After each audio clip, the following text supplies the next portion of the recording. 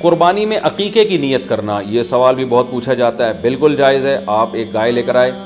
تو آپ اس میں اپنے بچوں کا عقیقہ بھی کر سکتے ہیں، اور قربانی کا یعنی بیٹے کا لڑکے کی طرف سے 2 حصے ڈال دیں اس میں، اور ایک اپنی قربانی بھی کر لیں، یہ بھی بالکل جائز ہے۔ اچھا بھائی، اور نابالغ اولاد کی طرف سے قربانی، دیکھیں جو نابالغ اولاد کی طرف سے قربانی ہے اگر تو انشاءاللہ اس کو ثواب ملے گا۔ قربانی وہ آپ ہی کی طرف سے ہوگی،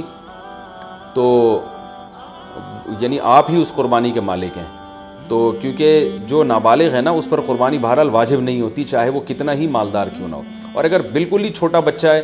تو پھر اس کی طرف سے قربانی کا مطلب یہ ہوتا ہے کہ آپ خود ہی بس قربانی کر رہے ہیں، تو وہ قربانی کا اہل نہیں ہے، اس کی طرف سے قربانی نہیں ہوگی۔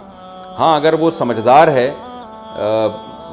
بلوغت کے قریب ہے، تو پھر اس کی طرف سے قربانی ادا ہو جائے گی، اگرچہ اس پہ واجب ہے نہیں ہے، تو یہ کر سکتے ہیں، اس میں کوئی حرج نہیں ہے۔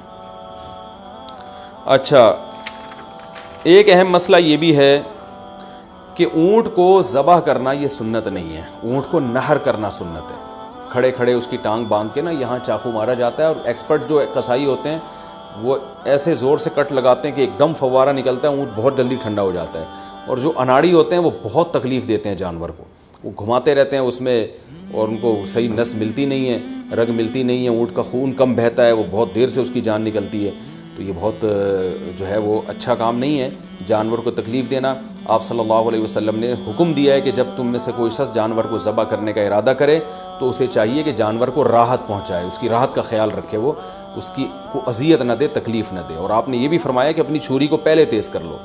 تاکہ جانور کو تکلیف نہ ہو۔ بعض لوگ یہ کر رہے ہوتے ہیں، جانور کو لٹا کے چھری تیز کر رہے ہوتے ہیں، وہ بھائی پہلے ہی کر لیتے یہ کام، اس کو آپ نے جو لٹا کے اتنی تکلیف دی ہوئی ہے، یہ ٹھیک نہیں، یہ ٹھیک عمل نہیں ہے۔ تو جانور کو راحت دینے کا ہمیں حکم ہے، تکلیف سے اس کو بچانا ہے ہم نے۔